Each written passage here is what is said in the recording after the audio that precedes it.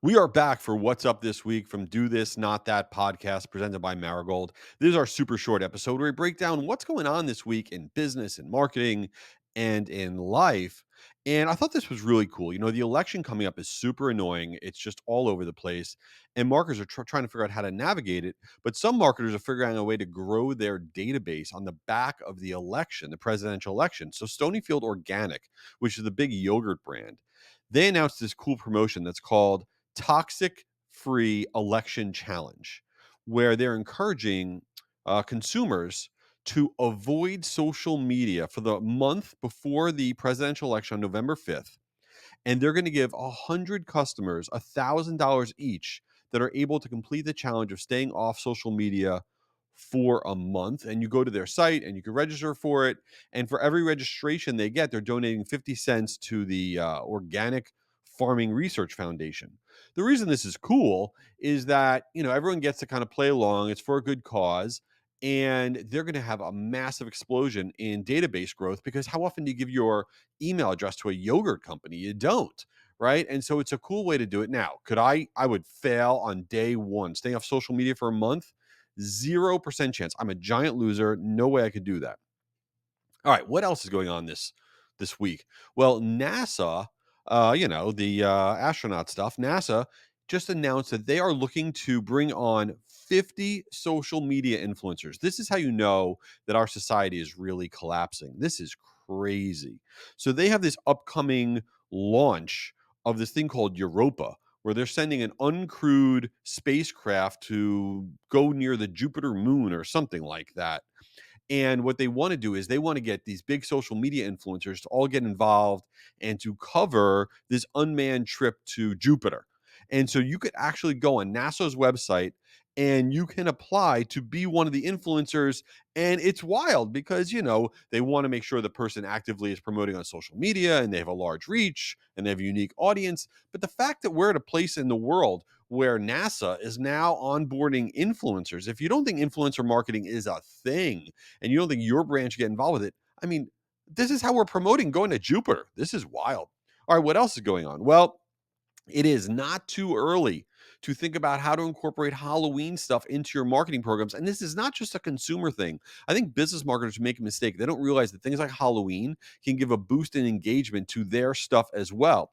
So subjectline.com just came out with some really cool information, okay, that states from September 30th, which is coming up, from September 30th all the way through October 31st, all right, there are certain emojis and words that if we put in our email subject lines for consumer and business marketers, it will give us a lift in the number of people opening up our emails. And this is where people tune out. They're like, well, that's gimmicky. That's cheesy because I don't want to do that, get involved with Halloween. Great, go out of business, and the rest of us will do the tactics and we'll get the engagement. So what works and what doesn't work? So first, let's talk emojis.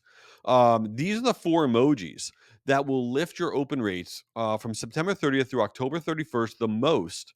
20% lift for consumer marketers and 15% lift for business marketers when you put these emojis in your email subject line, just incorporating them, whatever you're saying, right? Whatever you're promoting. You have the ghost emoji, the skull emoji, the jack-o'-lantern emoji, and then the screaming face emoji with the emoji with the hands on the face. Now, what's interesting is most people go with the jack-o'-lantern, you know, the pumpkin, and that's a bad move. The number one emoji is the ghost emoji, followed closely by the skull emoji. The pumpkin emoji is third, and it's a distant third.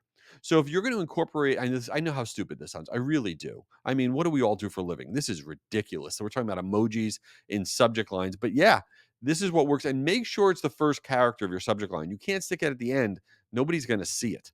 And they're lifting email open rates 20% for consumer and 15% for business. Now, the words that you want to be considering for your subject line that give you a boost during that same period, September 30th all the way through October 31st, according to subjectline.com, are the words what am I saying? Beware, beware? Is that how you say it? Beware, whatever. Zombie, monster, and scared. So, for example, let's say you're a B2B SaaS company, right? You can say monsters in your workflow. Here's how to scare them away. Skeleton crew, our SaaS tools can help you scale fast. zombie workflows slowing you down. So you can use this stuff without sounding like completely off brand and you're involved. So it's coming up. So get ready to leverage that. So let's talk about useless news. I mean, really useless news. I think Bennifer might be back. I do. So listen, for those of you who have not been following this, first of all, congratulations, you have a life. I obviously don't. But J-Lo, Jennifer Lopez, and Ben Affleck, they got married again. I think it was their second marriage, right? And they then J-Lo just filed for divorce a couple weeks ago, right? Because Ben looked miserable, filed for divorce. Well, literally, just now, this is being reported today. Okay. J-Lo and Ben were spotted. They went to lunch with their kids and they were spotted holding hands. And then inside there, and there's video and picture of this. And then inside the restaurant, they were seen being like very like kissy, huggy, all this stuff. And so I don't know if the divorce is off or what's going on, but I have to tell you, in general, I think this is ridiculous. And the reason I think it's ridiculous is if I was like very famous, like Ben Affleck or J Lo, and I was trying to save my marriage, would I, put my kids in the car, go to whatever the hottest restaurant is in California or whatever, and know the paparazzi was going to be there because that's where they're going to be, and then put on this display to show we're back together? No, I would go to like somewhere random that no one's going to go. Like I don't know, go somewhere random in Wyoming and go sit on a ranch and decide if you like each other. Get out of the news. Like, what are you actually doing? I mean, random people like me are talking about you on marketing podcasts. That's weird. You got to get out of the news. Anyway, thank you for checking this out. We still have our short Ask Us Anything later in the week and our big tips episode at the end of the week. And if you've not registered for Guru Conference, what are you actually doing? It is free. It is virtual. It is the world's largest email event. I will be there. That's not a plus. That's a negative. Sarah Jessica Parker is going to be there. The founder of Morning Brew is going to be there. Amy Porterfield's going to be there. Ann Hanley's going to be there. I mean, guruconference.com. It is free. You got to check it out. You're awesome. And what else? Keep tabs on Bennifer. Let me know what's going on, what you see out there. All right, keep it real. Thanks.